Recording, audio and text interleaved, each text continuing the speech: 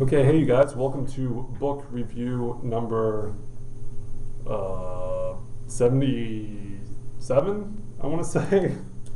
Oh geez, these are all running together. So I'm going to be reviewing Michael Palin's Himalaya. See if we can get a view on that. Yeah, there's no subtitle. It's kind of a big book, so it's hard to see, but there's Michael Palin. Now, if you don't know who Michael Palin is, real quick, he's famous as being one of the founding members of Monty Python, Monty Python's Holy Grail, Monty Python's Life of Brian. But he sort of made a second career as a traveler, an observer, either be it television or the accompanying books, which is what this is. And in this one, he covers the Himalayan region. Now, it should be mentioned that one of the cool things about this book is it isn't a pretty extensive read, but also there's like huge pictures. I don't know if you guys can quite see that. Really, it's kind of unfortunate that this camera is all redded out because you can see these pictures a little better. But so yeah, it's really a book that you not only get the stimulation of the reading. Yeah, that sounded smart. The reading aspect of it, but you also get the visual aspect of the beauty of the Himalayas. So he covers kind of a number of regions. He doesn't really focus on one region. He looks at, Pakistan, kind of the conflict in Kashmir. He looks sort of at the Punjab, which is actually not in the Himalayas. There are a few areas where he kind of goes out of the Himalayas, but the Himalayas have an effect in that the rivers develop in the Himalayas, and he sees the effect that the rivers have on the civilization. So, he sees kind of the conflict of Islam versus Hinduism in Kashmir, Pakistan. He sees Sikhs in Lahore and Amir, including the Golden Temple, which, if you see my previous review, Empire of the Indus, was an area where Alicia Albania went. Very good book, which I praised. This one being a good book, too. This one is a little bit more of, I'd probably say maybe like a backpacker book, a little bit more just observation than really in-depth history, although history is certainly covered. He looks at, like, for example, a lot of hotels, sort of the traveler aspect of, these types of books, which this is a travel book review, so that makes sense. Let's see, he visits Shimla, the ancient, or not ancient, but 100 to 200 year old hill town of the British Raj. Britain controlled India for like 300 years, and for a number of years moved its capital up to high elevation to get out of the tropic heat. That's Simla. He saw Dharam Salam, where the Dalai Lama lives in exile. Actually met up with the Dalai Lama. Pictures of him with the Dalai Lama are real cool. He said how nervous he was. He went to Leh, the Buddhist sort of enclave in India that's along with, I'd say, Bhutan, kind of one of the Tibetan Buddhist, like I said, enclaves that escaped Chinese rule. Now, Leh and what's the region actually called? Ladakh? Yeah, Ladakh. It's actually Leh's the city. Ladakh is the region. Is actually ruled by India, but India is more concerned with Kashmir and Pakistan. So the region has escaped kind of the horrors of Chinese rule in Tibet, which we'll get to later. Then he goes to Nepal, sees the backpacker circuit in Annapurna. Actually comes face to face with a Maoist. There's a Maoist revolution there that creates kind of a incident during that time period. Spends extensive time in Kathmandu, seeing some of the temples and the cities there, as well as some of the other valley regions. I forget what the other cities are. It's like Pimla or something. But basically there's like Kathmandu is the capital, but in the Kathmandu Valley, it's a amalgamation of 3 cities now, but used to actually be 3 separate kingdoms that were very, very close to each other and kind of competed, kind of city-states almost, that competed against one another for predominance in the region. Let's see, am I getting a good view here? Then he goes up in Tibet, sees some of the destruction there, makes sure he sees the Everest. Now, he didn't go to the top of Everest, but he went to the Everest base camp and stayed in the what he described as very basic accommodations of the monastery of, don't know what it is. It starts with an R. Let's see, kind of goes through Tibet, sees the Pagoda Palace. Again, sort of covers Maoism, kind of covers how commercialism has changed China. You know, as I mentioned in Lhasa Streets with Memories, it's kind of reiterated in this book. Originally, China tried to destroy Tibetan culture through destruction of temples, outlawing of the pictures of the Dalai Lama, as well as the practice of Buddhism, except for in a very few circumstances. And recently has taken a more accommodating approach, but in the accommodating approach has kind of sound blasted, particularly Lhasa. Now, I don't think it's so much the countrysides, but Lhasa with modernism.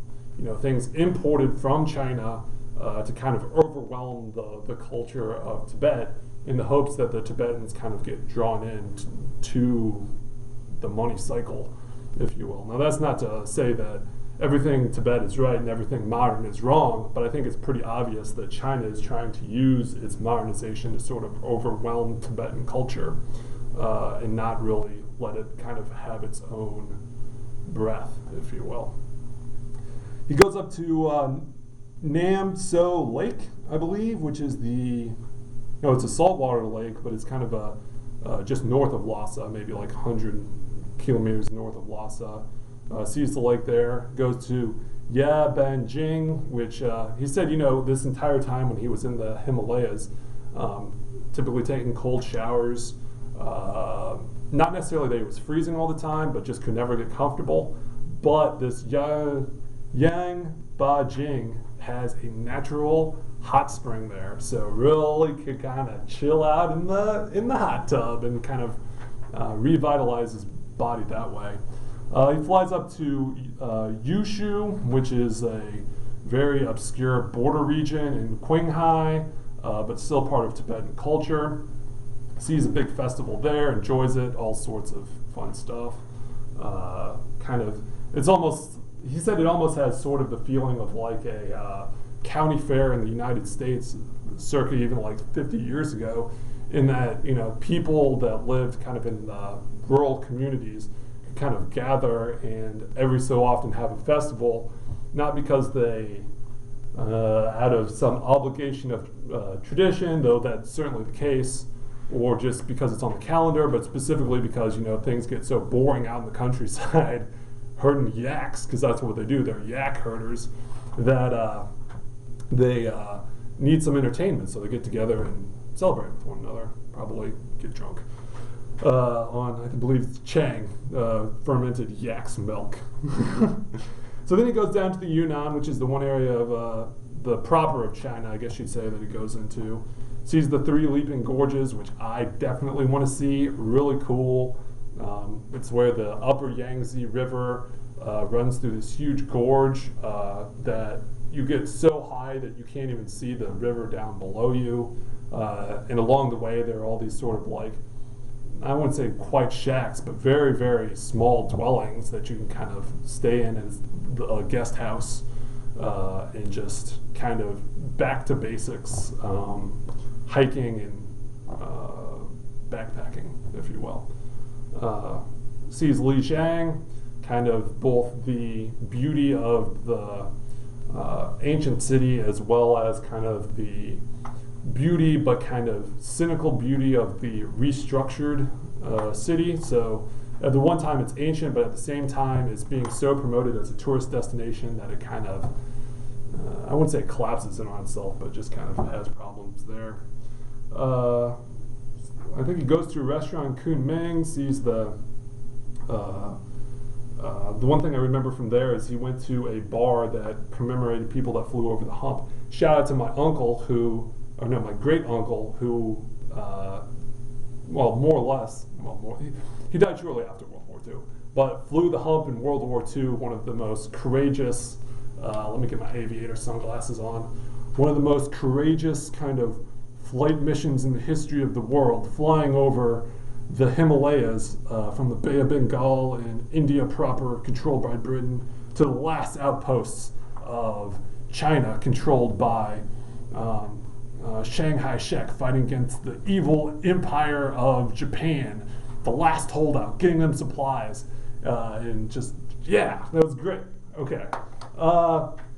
So then he flies back to India, specifically in a very obscure region called Nagaland, which has really nothing to do with Indian ethnicity, but because of sort of geopolitics in the late 40s, early 50s, kind of got enveloped into India proper. There's, of course, an independence movement going on there, a lot of fighting, but there's been sort of a peace treaty going on too, so that kind of helps. Sees the, Brahmaputra Delta region, Assam, tigers, lions, rhinos, some of the preservation efforts. Also sees some more kind of culture there. I think there's like a hermit Hindu community that he sees, which is real cool. They say they're hermits, but they're kind of out at the same time, in the sense that they kind of don't engage in the rest of society in like a personal way. Like they give up all worldly possessions, but they're very interactive with society. Like they'll talk to people about their viewpoints, and they're very accessible in terms of seeing them. So that's real cool. A lot of pictures for there too. The Assam region being one of the most lush regions, getting a lot of rain in India. Then he goes on to Bhutan, sees some festivals there, climbs to the base. He never climbs a mountain because he's 60 years old, but he sees multiple base camps and sees peaks. I said he saw Everest. He also saw the base camp of K2, the second highest mountain in the world.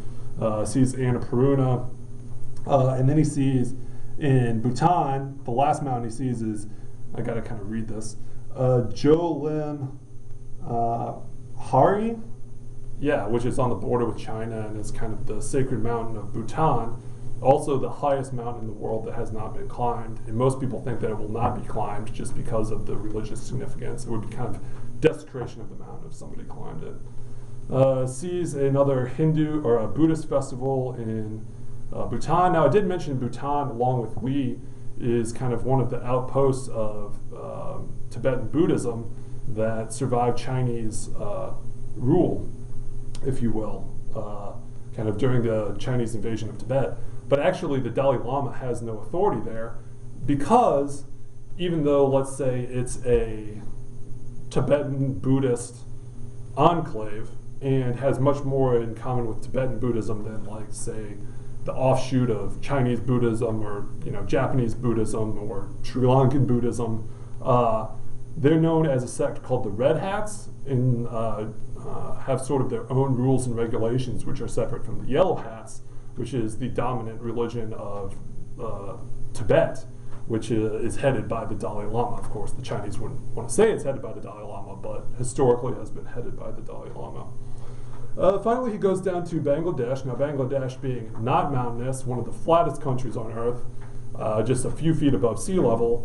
But the reason that it had to do with the Himalayas is all the wash-in from the Ganges to the Yamuna to the Brahmaputra rivers that all affect Bangladesh.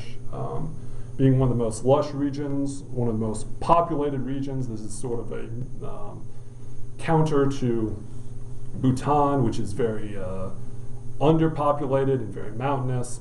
Bangladesh is very flat and very, very populated. Sees Dakar and sees the kind of crush of the crowd there. Sees the shipyards of Chittagong, where they just deconstruct these huge ships, and finally goes out to the Bay of Bengal, and ends sort of the series as well as the book, riding out into the ocean, kind of as the final shot of the visual series and kind of the final written part of his diary as this series. And one thing I didn't mention is, this is in a diary form, much more in sort of like travel log type form. I did mention there's lots of pictures in here, so that's real cool. But if you want something that engages you through pictures. Kind of, you can pick it up and then let it go every so often, just because it goes sort of day by day. You know, like day 53, day 31, day 83, Li Zhang, day 90, Longhua, you know, etc., etc., etc. Pick up this book, Himalaya by Michael Palin. You know him, you love him from Monty Python's Holy Grail, and if you like travel stuff, pick up this book. Man, this is really washed out. Okay, Himalaya by Michael Palin. See you guys. Bye.